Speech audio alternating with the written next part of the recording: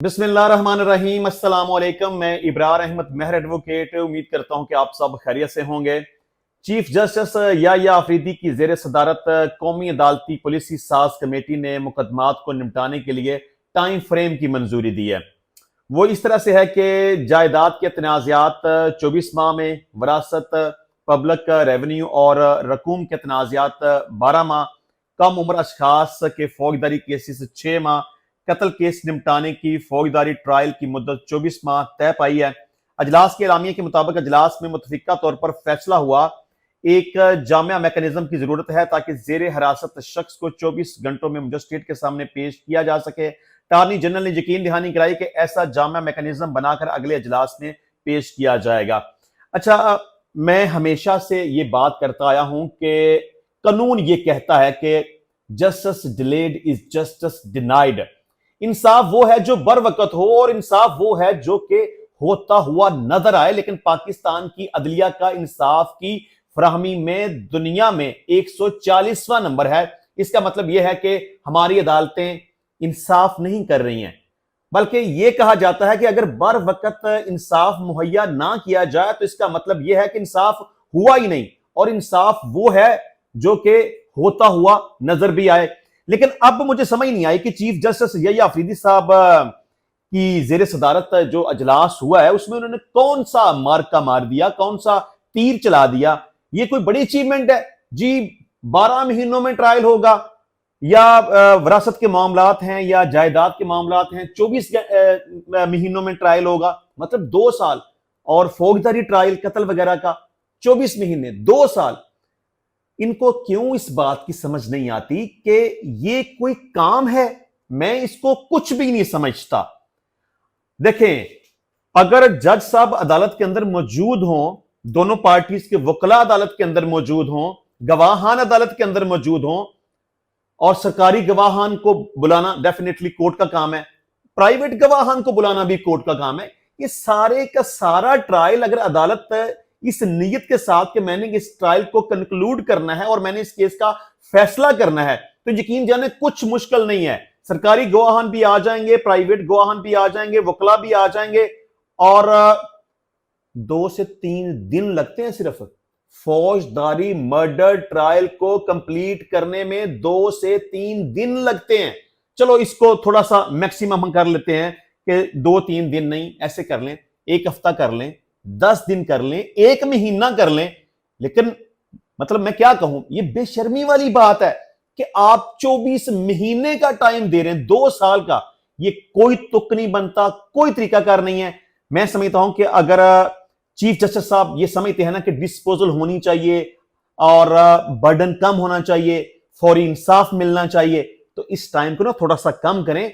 मेरा ख्याल है कि इसको बड़ा लंबा खींच के ले जाएं तो 1 से 2 महीने से ज्यादा का टाइम देना नहीं बनता। ये 2-2 साल का टाइम देना ये गलत बात है। मैं क्या कहूं, मैं कहूंगा ये बेशर्मी है बस। अच्छा, इसके अलावा राना सनाउल्लाह को पंजाब से सेनेट का टिकट जारी किया गया है। राना सनाउल्लाह इजाज चौधरी की नाहली की वजह से खाली होने वाली सेनेट सीट पर इलेक्शन लड़ेंगे, तो जनाब ये इलेक्शन नहीं होगा। कैसे हो सकता है? इजाज चौधरी साहब का ताल्लुक पाकिस्तान तहरीक इंसाफ के साथ है। इस वक्त वो गिरफ्तार हैं, जेल के अंदर मौजूद हैं। उनको 9 मई के वाकयात में 10-10 साल कैद बामुशक्कत की सजा और जुर्माना वगैरह की सजा हुई है। तो अब चूंकि ये जेल में मौजूद हैं, इन्होंने अपनी बरीयत के लिए लाहौर हाई कोर्ट में अपील भी फाइल की हुई है। ट्रायल कोर्ट का फैसला हतमी फैसला नहीं है। कौन सी अदालत या कौन ऐसा बंदा यह कहेगा कि जी ट्रायल कोर्ट ने जो फैसला कर दिया, 10 साल कैद की सजा दे दी, अब इसकी अपील हाई कोर्ट में जाएगी तो वो बरकरार रहेगी, सुप्रीम कोर्ट में जाएगी तो वो बरकरार रहेगी? ऐसा नहीं होगा। 9 मई के वाकयात के हवाले से जितने भी लोगों को सजाएं हुई हैं वो गलत तौर पर हुई हैं, और मैं 100% श्योर हूं इस बात के ऊपर। चले, ट्रायल कोर्ट ने जो किया सो किया, उसको छोड़ देते हैं, लेकिन हाई कोर्ट से अपीलें मंजूर होंगी और जितने भी ये 9 मई के वाकयात वाले लोग हैं ना, सबकी बरीयत हो जाएगी। तो जब इजाज चौधरी साहब की हाई कोर्ट से बरीयत हो जाएगी या होने का इम्कान है, तो फिर उनकी क्या नाहिली बरकरार रहेगी? नहीं रहेगी। तो इलेक्शन कमीशन ने जो शेड्यूल जारी किया ना, मेरा ख्याल है 19-20 अगस्त को कागजात नामजदगी जमा करवाएं और मैक्सिमम मेरा ख्याल है ये 30 अगस्त तक चलेगा, और 9 सितंबर को ये इलेक्शन होगा। तो मैं नहीं ऐसा समझता कि ये इलेक्शन होगा। इजाज चौधरी साहब अपनी नाअहली के खिलाफ हाई कोर्ट में अपील फाइल करेंगे, पिटीशन दायर करेंगे, तो डेफिनेटली हुक्म इम्तनाई आ जाएगा, इनकी नाअहली खत्म हो जाएगी। और मैं ऐसा बिल्कुल भी नहीं समझता कि 9 सितंबर को इलेक्शन होगा, ऐसा मुमकिन नहीं है, क्योंकि सजा बरकरार नहीं रहेगी। हाई कोर्ट से यह सजा खत्म हो जाएगी, ट्रायल कोर्ट की सजा अल्टीमेट नहीं है।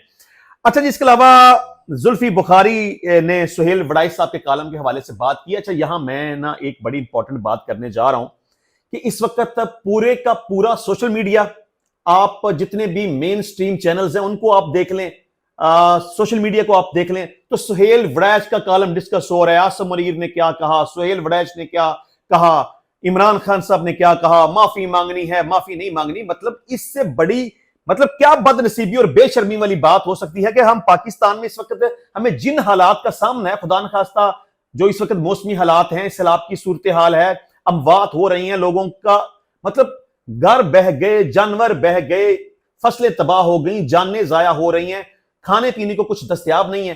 तो इस टॉपिक पे बात करने की जरूरत है कि इनकी हमने मदद किस तरह से करनी है, सूबों ने मदद कैसे करनी है, वफाक ने मदद कैसे करनी है, उनको खाने पीने की चीजें किस तरह से मुहैया करनी है, उनको शेल्टर हमने किस तरीके से देना है, इस सारी सूरत हाल को हमने कंट्रोल किस तरीके से करना है, लोगों से किस तरह से हमने अपील करनी है, पूरे पाकिस्तान में मुत्तहिद होकर किस तरह से इस परेशानी से छुटकारा हासिल करना है। और जितने भी लोग इस वक्त इस मुश्किल में और परेशानी में फंसे हुए हैं, हमने उनकी मदद करनी है। लेकिन बस हर तरफ एक ही बात, जी इमरान खान, सुहेल वड़ाइच, आसिम मुनीर, माफी, ये है, वो है, फलां है। जितने भी पाकिस्तान के सहाफी हैं, किसी को भी शर्म नहीं आ रही कि जिस टॉपिक पे बात करना जरूरी है उस टॉपिक पे बात कर नहीं रहे, और सारे के सारे बेशर्म सिर्फ इसी बात पे लगे हुए हैं, जी वो माफी मांगी है, माफी नहीं मांगी, माफी मांगनी चाहिए, और जी धमकी दे दी है जी कि जुल्फकार अली भुट्टो जैसा हाल हो जाएगा, और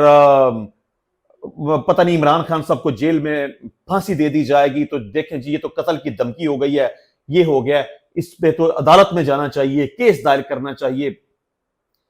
एब्सोल्यूट नॉनसेंस। जिस टॉपिक को डिस्कस करना चाहिए उस पर बात नहीं की जा रही, और जो बिल्कुल फजूल किस्म का टॉपिक है उसके ऊपर मुसलसल डिबेट की जा रही है। अरे भाई, सुहेल वड़ाइच ने अगर कालम लिख दिया है तो उसने अपनी मर्जी के साथ, अपनी सोच के मुताबिक अपनी राय का इजहार किया है कि ऐसा भी हो सकता है, इमरान खान साहब को जेल में सजा हो सकती है, सजाए मौत हो सकती है, और उसको एग्जीक्यूट किया जा सकता है, जुल्फकार अली भुट्टो जैसा मामला हो सकता है। ये उसकी एक इंडिपेंडेंट राय है। तो मुझे समझ नहीं आती कि सुहेल वड़ाइच के कालम को लेकर इतना क्यों ड्रामा लगाया जा रहा है, इतना क्यों तमाशा बनाया जा रहा है, और जो असल इश्यूज हैं उसके ऊपर बात नहीं की जा रही, और जो इशू है नहीं, कालम लिख दिया, कौन सी तोप चला दी है। पाकिस्तान में सैकड़ों लोग रोज कालम लिखते हैं। अब इस बंदे के कालम को लेके आप बैठ गए जी, इमरान खान के टॉपिक के ऊपर लिखा हुआ है तो आसिम मुनीर से उसकी मुलाकात हो गई है।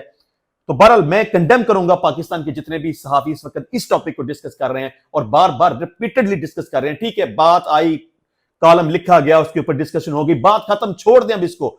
जो पाकिस्तान में इस वक्त सूरत बनी हुई है ना सैलाब जदगान के हवाले से, उनके बारे में सोचें कि उनका क्या करना है।